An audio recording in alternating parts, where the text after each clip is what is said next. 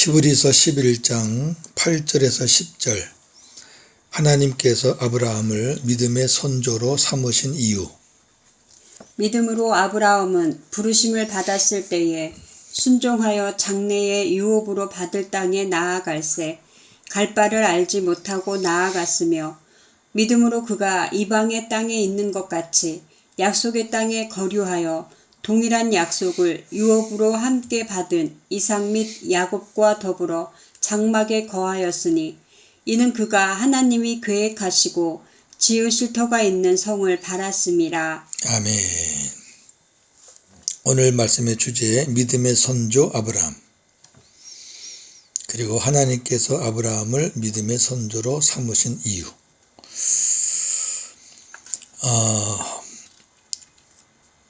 오늘부터 약 2주간에 걸쳐 한 10시간쯤 될 것 같습니다. 믿음의 선조 아브라함에 대해서 상세하게 나누겠습니다. 내용은 바뀌지만 본문은 그냥 이 본문입니다. 한 10주 동안. 2주 동안. 예. 아브라함에 대해 상세히 나누는 이유는 아브라함의 삶의 여정과 그의 믿음과 그가 받은 복이 아브라함의 영적 후손인 우리와 직결되기 때문입니다. 말씀을 대하기 전에 부탁드릴 것이 있습니다. 내가 알고 있는 선 지식을 다 내려놓으라는 겁니다. 아브라함에 대해서 알고 있었던 것을 일단 내려놓고 들으시면 좋겠습니다. 그래야 하나님이 주시는 지혜와 성령의 기름 부으심으로 인해 깨달음과 기쁨이 충만할 것입니다. 자, 여호와 하나님께서 아브라함을 믿음의 선조로 삼으신 이유. 세 가지인데, 첫 번째, 우리 주 예수 그리스도를 죽은 자 가운데서 살리신 이를 믿는 모든 자를 위해서입니다. 아브라함의 생애는 모든 믿는 자들의 표본, 모델입니다. 하나님은 지금도 당신의 백성들을 불러내어 당신의 열심으로 훈련시켜서 아브라함의 믿음을 갖게 하십니다. 로마서 4장 23절 24절. 그에게 의로 여겨졌다 기록된 것은 아브라함만 위한 것이 아니요 의로 여기심을 받을 우리도 위함이니, 곧 예수 우리 주를 죽은 자 가운데서 살리신 이를 믿는 자니라. 아멘. 아브라함만 위한 것이 아니에요. 아브라함의 기록은 믿음의 백성들에게 동일하게 적용이 된다고 말이에요. 자, 이제 쭉 하게 되면 오늘 이 서론은 격인데 무슨 의미인지 아시게 됩니다.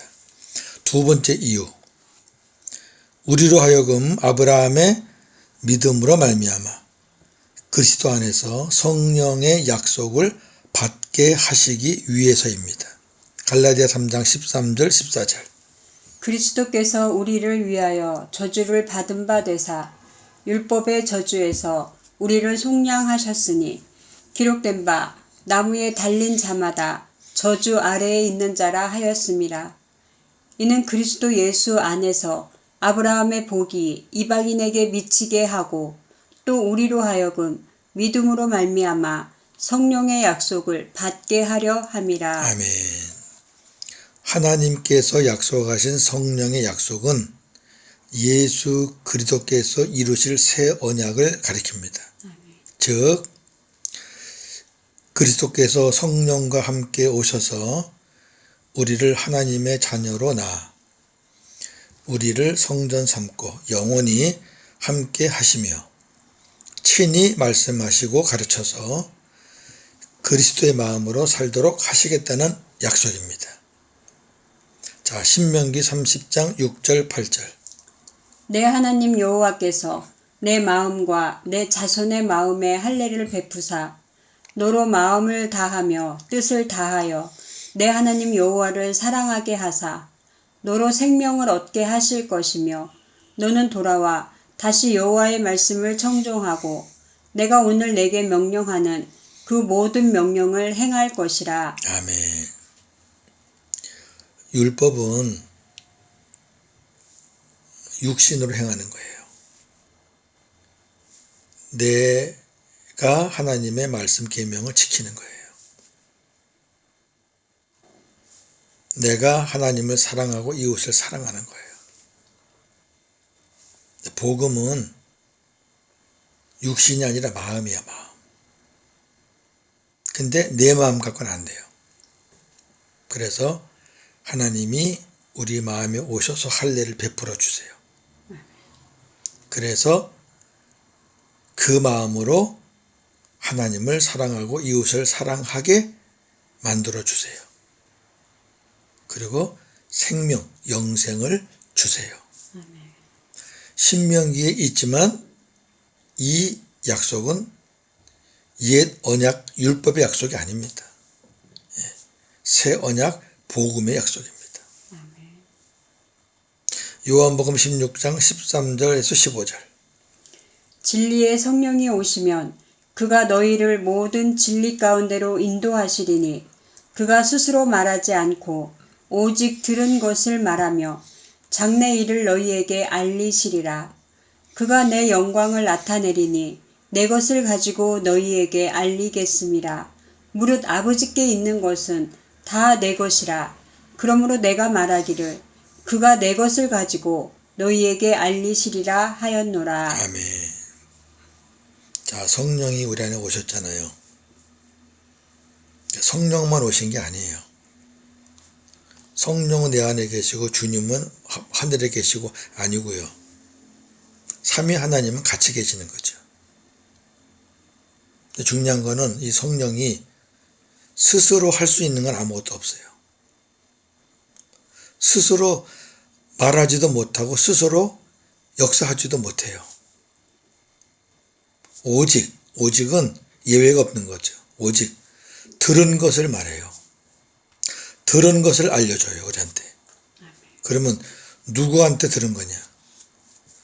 그리스도에게 들은 것을. 내 것을 가지고 너희에게 알려준다, 성령이. 굉장히 중요한 거죠. 그리고 아버지께 있는 거는 다 내 거다, 예수님. 아버지가 그리스도에게, 그리스도가 성령에게. 그 역사는 성령이 하시는 거죠. 이 삼위 하나님의 비밀이고 삼위 하나님의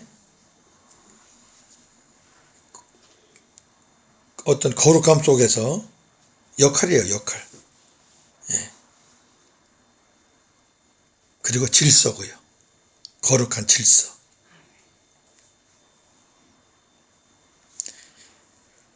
자, 이렇게 살게 해 주시기 위해서 하나님이 이제 아브라함과 그 언약을 이제 하십니다.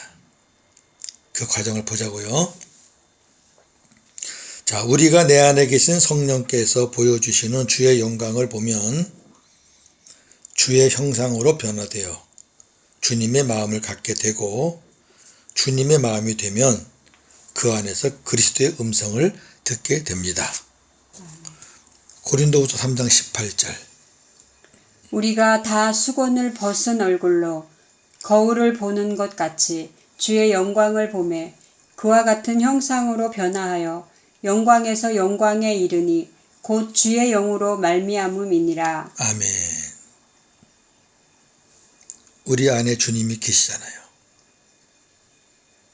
그게 복음이니까 그걸 못 믿으면은 구원이 없죠. 내 안에 주님이 안 계시면.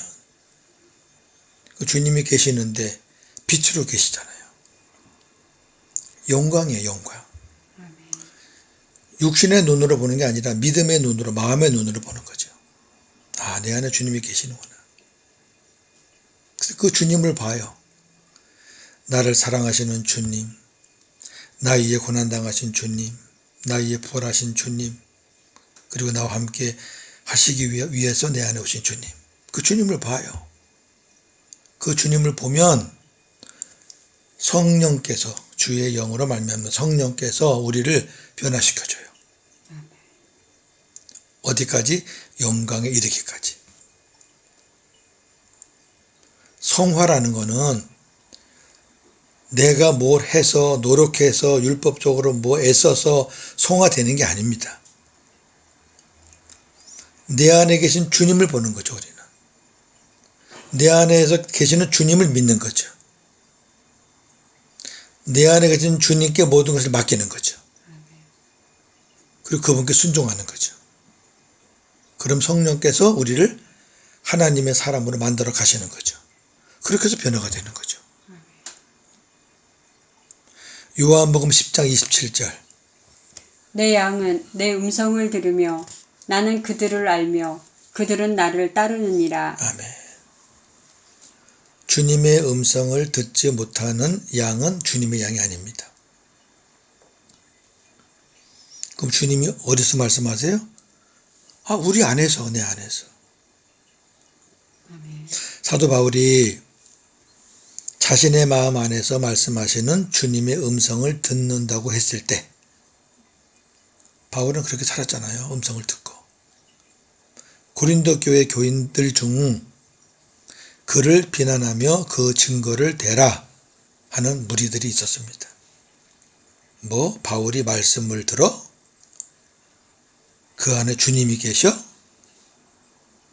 그 증거를 한번 대라고 해. 그 소식을 들은 바울은 이렇게 편지를 씁니다. 성도라면 자기 안에 계시는 주님의 음성을 듣고 살아야 하며, 성도라면, 성도가 아니면 아니죠. 그렇지 못하면 그리스도인이 아니라 이렇게 말합니다. 고린도후서 13장 3절에서 5절. 이는 그리스도께서 내 안에서 말씀하시는 증거를 너희에게 구함이니 그는 너희에게 대하여 약하지 않고 도리어 너희 안에서 강하시니라. 그리스도께서 약하심으로 십자가에 못 박히셨으나 하나님의 능력으로 살아계시니 우리도 그 안에서 약하나 너희에게 대하여 하나님의 능력으로 그와 함께 살리라. 너희는 믿음 안에 있는가? 너희 자신을 시험하고 너희 자신을 확증하라. 예수 그리스도께서 너희 안에 계신 줄을 너희가 스스로 알지 못하느냐? 그렇지 않으면 너희는 버림받은 자니라. 아멘. 굉장히 중요한 말씀입니다. 우리 안에 계신 주님이 십자가에 못 박힌 것으로 끝난 주님이냐 그 말이에요. 그러면 약한 주님이다.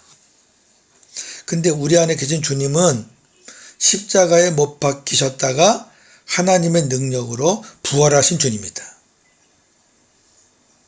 그래서 그 주님이 우리 안에 계시기 때문에 우리도 강하다.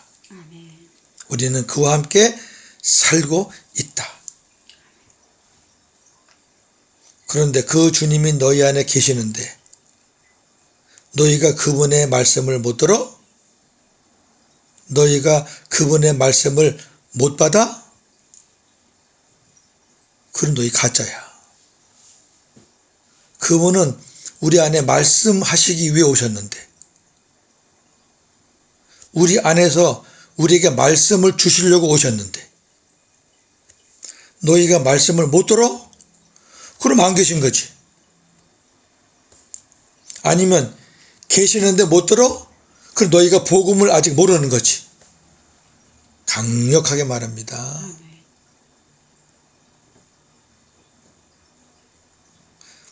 주님의 음성은 귀로 듣는 거 아닙니다. 옛날에 율법으로 살 때는 귀로 들으려고 그랬죠.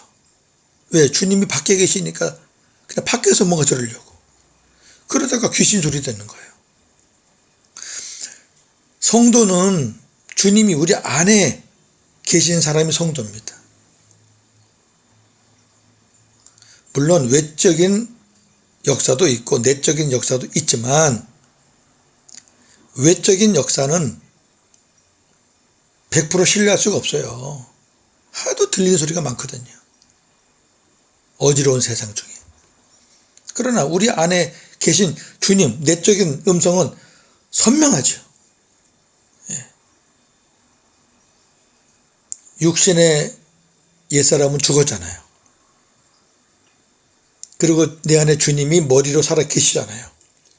나는 그분의 몸이잖아요. 옛사람이 아니라 새 사람이잖아요.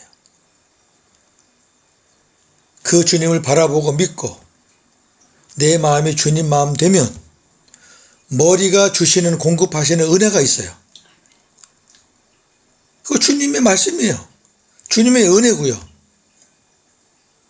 그때 주님께서 우리에게 말씀을 주셔요. 주님의 음성이고요.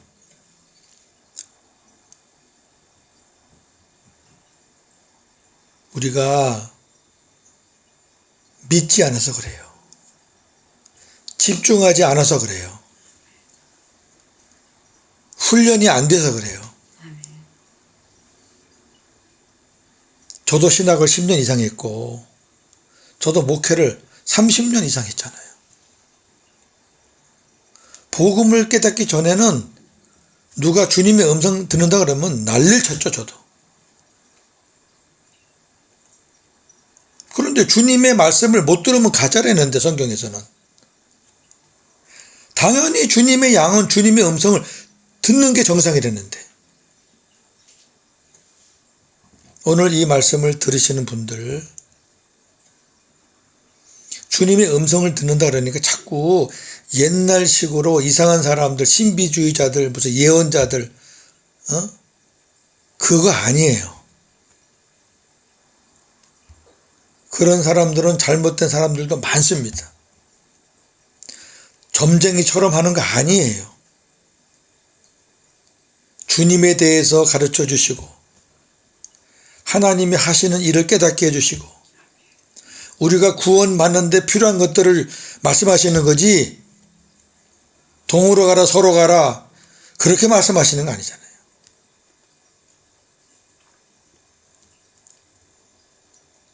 말씀을 읽으시고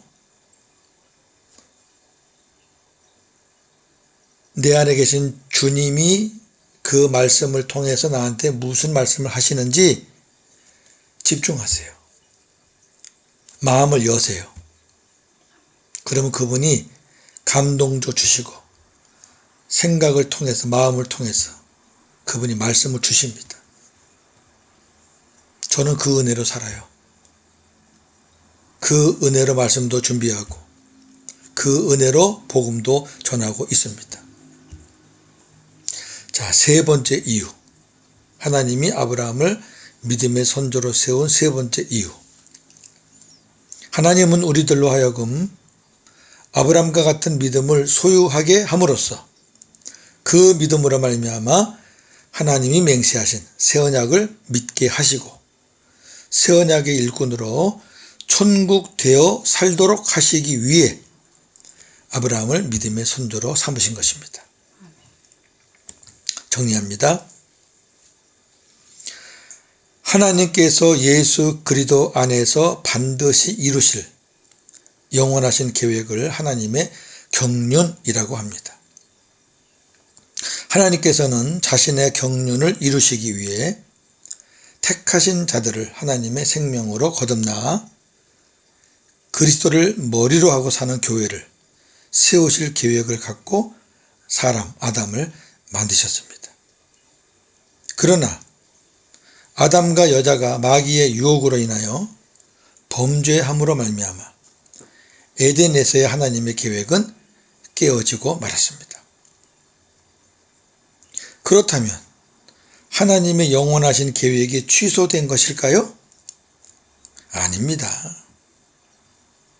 하나님은 약속을 반드시 이루시는 여호와 하나님이십니다. 여호와 하나님은 이 경륜을 이루시려고 아브라함을 믿음의 선조로 부르셨습니다. 그리고 아브라함의 후손에서 예수 그리스도를 탄생하게 하신 것입니다. 창세기 22장 16절에서 18절. 여호와께서 이르시기를 내가 나를 가리켜 맹세하노니 내가 이같이 행하여 내 아들 내 독자도 아끼지 아니하였은즉 내가 내게 큰 복을 주고 내 씨가 크게 번성하여 하늘의 별과 같고 바닷가의 모래와 같게 하리니 내 씨가 그 대적의 성문을 차지하리라. 또 내 씨로 말미암아 천하 만민이 복을 받으리니 이는 내가 나의 말을 준행하였음이니라 하시니라. 아멘. 아브라함에게 맹세로 약속한 것을 지금 선포하는 겁니다.